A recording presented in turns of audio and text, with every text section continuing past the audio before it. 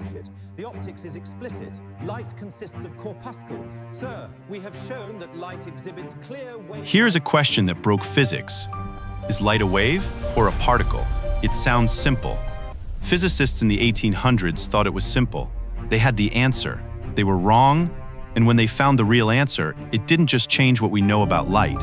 It collapsed 300 years of physics and forced scientists to rebuild reality from scratch.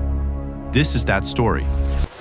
Imagine firing a gun at a wall with two narrow slits cut into it. On the other side, you get two clusters of bullet holes, one behind each slit.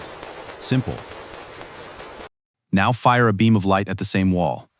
You don't get two bright spots, you get stripes. Alternating bands of light and dark spreading across the screen like ripples on water. This happened in 1801. A scientist named Thomas Young set up exactly this experiment, and the result was clear: light behaves like a wave. Two beams of light were interfering with each other, just like two sets of ripples crossing on a pond. Newton had believed light was made of particles.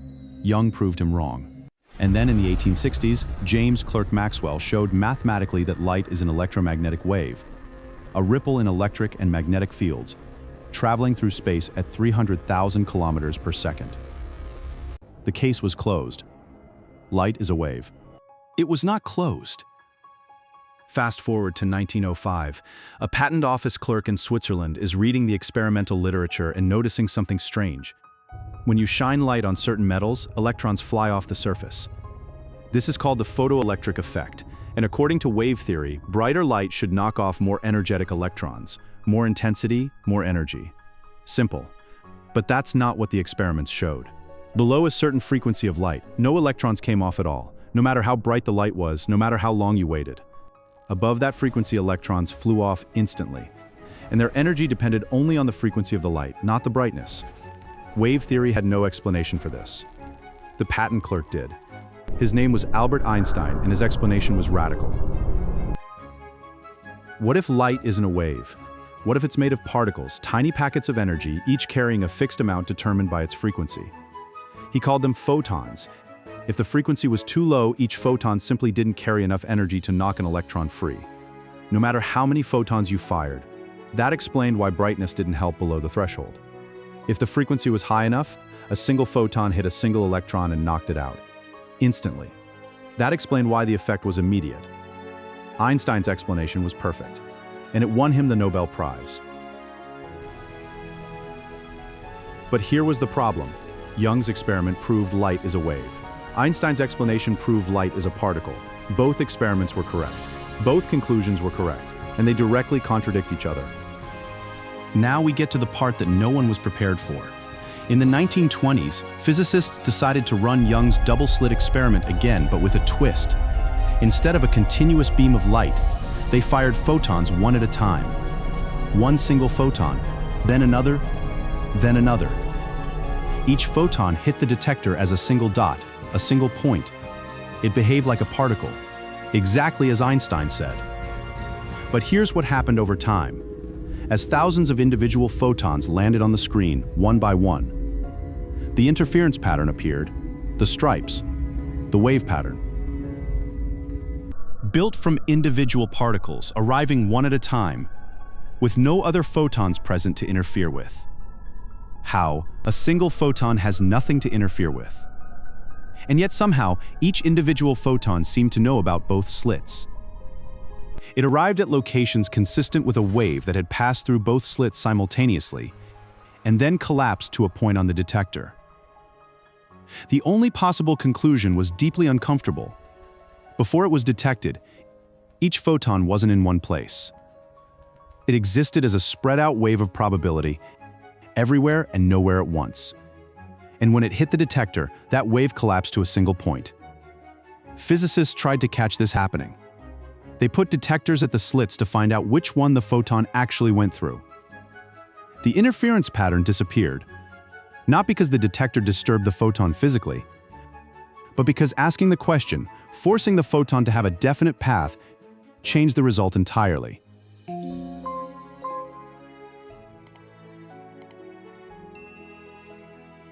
This is not a metaphor. This is not a loose analogy. This is what the data shows.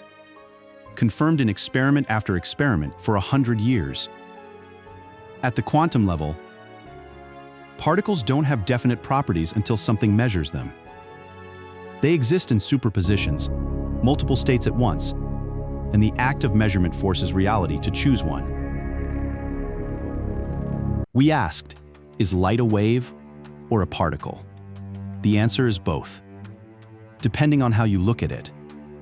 And looking at it is what changes the answer. This is called wave-particle duality, and it applies not just to light, but to everything. Electrons, atoms, molecules, all matter at its fundamental level behaves this way, which raises the next question. If particles don't have definite properties until measured, what does an atom actually look like? Where are its electrons? What are they doing between observations?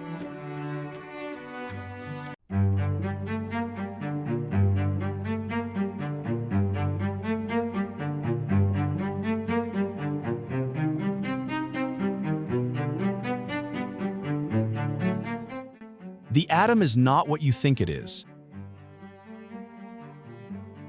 The image you have seen your whole life, a tiny nucleus in the center with electrons orbiting around it like planets around a sun, is wrong.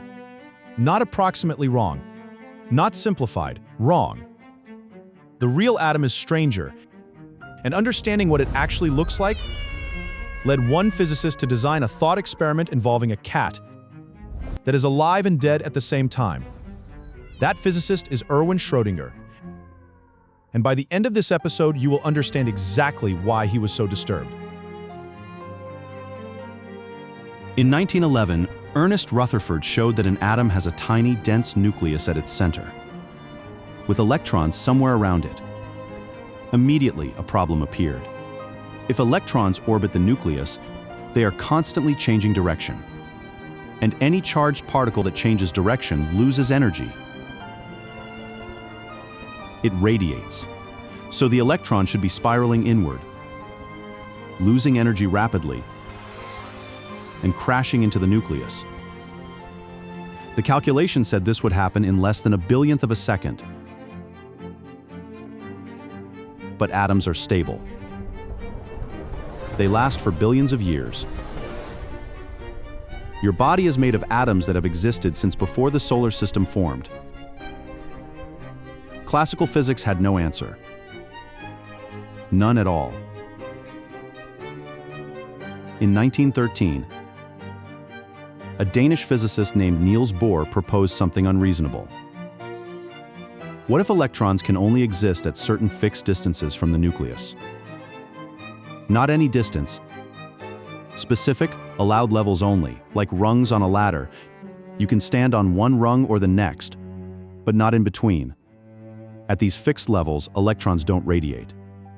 They just stay there, stable. There was no good reason for this.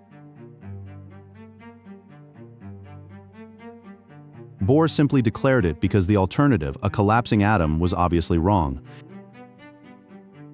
And then he used this idea to calculate exactly which colors of light hydrogen gas emits when heated.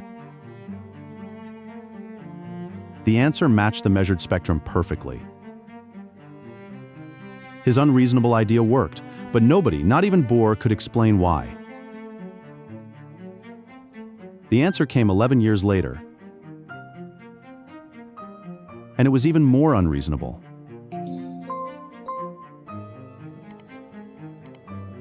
In 1924, a French physics student named Louis de Broglie asked a question in his doctoral thesis.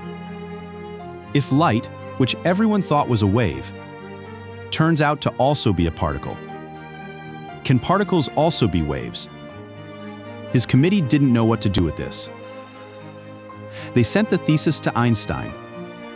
Einstein read it and said, "It looks crazy, but it's correct." De Broglie got his doctorate. And it turned out to be the key to everything. Imagine an electron not as a tiny ball orbiting the nucleus, but as a wave, wrapped around the orbit like a vibrating string. For this to work, the wave has to fit perfectly around the loop. A whole number of wavelengths, 1, 2, 3, must fit exactly around the orbit. If it doesn't fit, the wave cancels itself out. That orbit is forbidden. And the orbits where a whole number of wavelengths fit exactly. Those are Bohr's energy levels. The mysterious rungs on the ladder weren't arbitrary. They were the natural result of electrons behaving as waves. Only the orbits where the wave fits are allowed. The atom is not a solar system.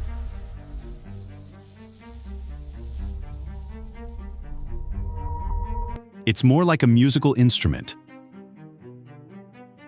with electrons as standing waves,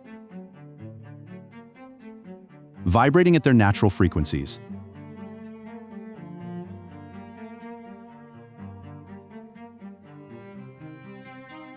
In 1926, Erwin Schrödinger wrote down an equation that describes how these electron waves evolve over time. The Schrödinger equation, one of the most important equations in all of science. It works perfectly. Every atom, every molecule, every chemical reaction, all of it follows from this equation. But what does the wave actually mean? A physicist named Max Born gave the answer. The wave doesn't describe where the electron is. It describes the probability of finding the electron in a given location, if you look. Before you look, the electron doesn't have a definite position. The wave is a map of possibilities, not a description of fact. And Werner Heisenberg made this even more precise. His uncertainty principle showed that you can never know both the exact position and the exact speed of a particle at the same time. The more precisely you pin down one, the more blurry the other becomes. This is not because our instruments are clumsy. It's built into the nature of reality itself. The electron genuinely doesn't have a precise position and a precise speed at the same time. Not because we can't measure it, because there is nothing to measure. The cloud-like images of electron orbitals you may have seen in chemistry class. Those aren't showing you where the electron is. They're showing you where the electron is likely to be found, if you look. This brought Schrödinger to his famous thought experiment: if quantum mechanics says a particle exists in a superposition of states until it is measured. What happens when a quantum event is connected to something large? He proposed a sealed box inside, a cat, a radioactive atom, a detector, and a bottle of poison. If the atom decays, the detector triggers the poison. The cat dies. Radioactive decay is a quantum event. Before measurement, the atom is in a superposition, neither decayed nor undecayed. If the atom is in superposition, and the atom is connected to the detector, and the detector is connected to the poison, and the poison is connected to the cat, then by the logic of quantum mechanics, the cat is also in superposition, alive and dead at the same time. Until someone opens the box, radioactive decay is a quantum event.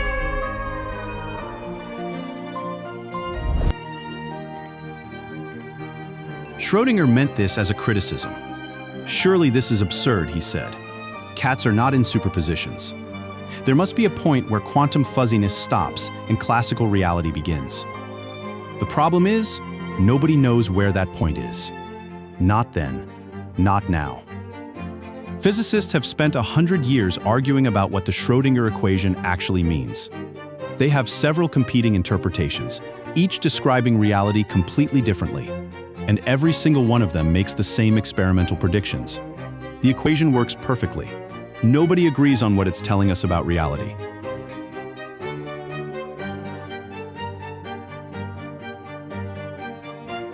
quantum mechanics is the most precisely tested theory in the history of science. Every transistor, every laser, every MRI machine runs on it. And yet, after 100 years, we still disagree on what it means. Whether the wave function is real or just a calculation tool. Whether the cat is really both alive and dead. Whether measurement creates reality or just reveals it. The questions that started with a beam of light through two slits have not been fully answered. They have only gotten deeper, and that, in the end, is what makes physics worth doing.